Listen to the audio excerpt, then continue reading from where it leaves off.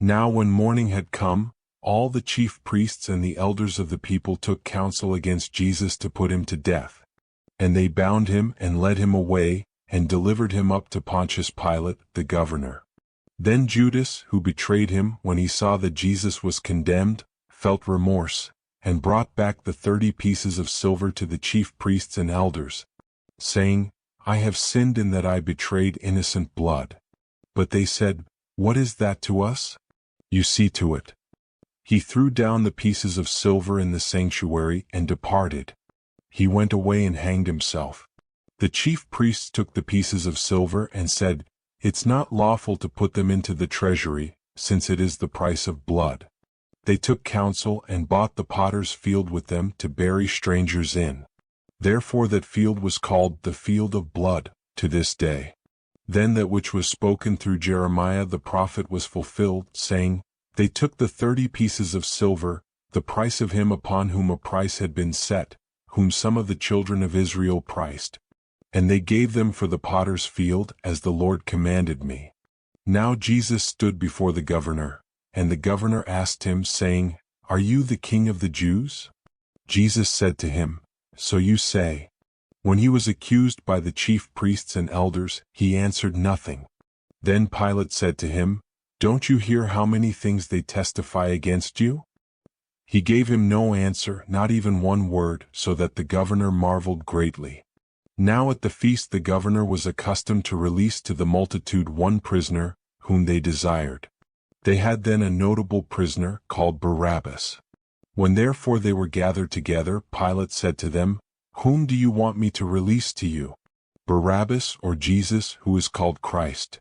For he knew that because of envy they had delivered him up. While he was sitting on the judgment seat, his wife sent to him, saying, Have nothing to do with that righteous man, for I have suffered many things this day in a dream because of him.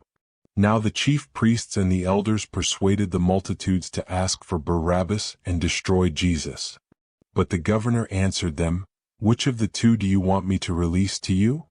They said, Barabbas.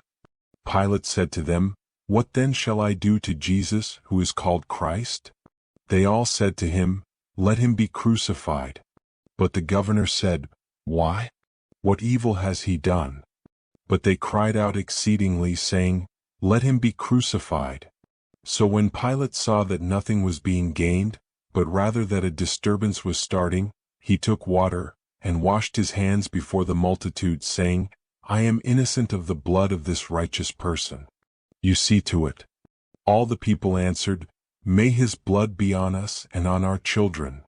Then he released to them Barabbas, but Jesus he flogged and delivered to be crucified. Then the governor's soldiers took Jesus into the praetorium, and gathered the whole garrison together against him. They stripped him and put a scarlet robe on him. They braided a crown of thorns and put it on his head, and a reed in his right hand, and they kneeled down before him and mocked him, saying, Hail, King of the Jews! They spat on him and took the reed and struck him on the head. When they had mocked him, they took the robe off of him and put his clothes on him and led him away to crucify him. As they came out, they found a man of Cyrene, Simon by name, and they compelled him to go with them, that he might carry his cross. They came to a place called Golgotha, that is to say, the place of a skull. They gave him sour wine to drink mixed with gall. When he had tasted it, he would not drink.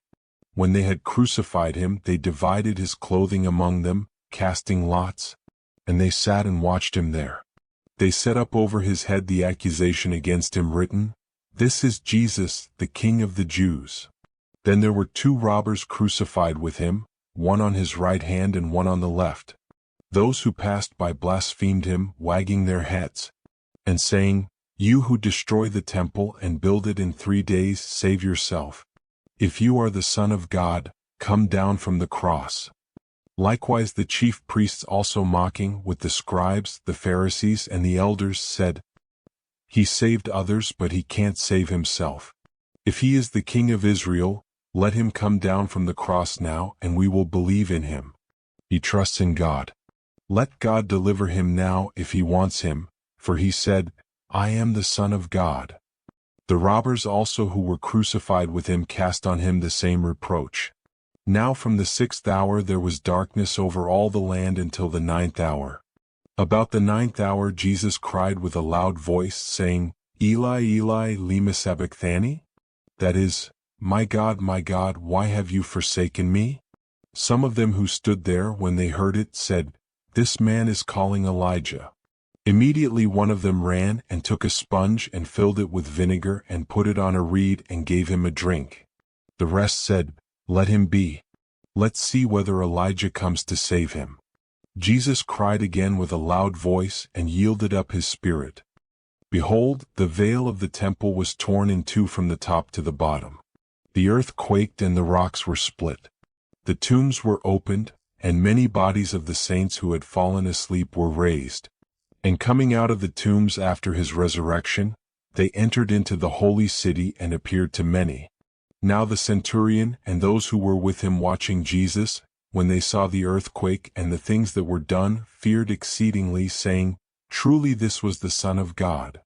Many women were there watching from afar, who had followed Jesus from Galilee, serving him. Among them were Mary Magdalene, Mary the mother of James and Joses, and the mother of the sons of Zebedee. When evening had come, a rich man from Arimathea, named Joseph, who himself was also Jesus' disciple, came. This man went to Pilate and asked for Jesus' body. Then Pilate commanded the body to be given up.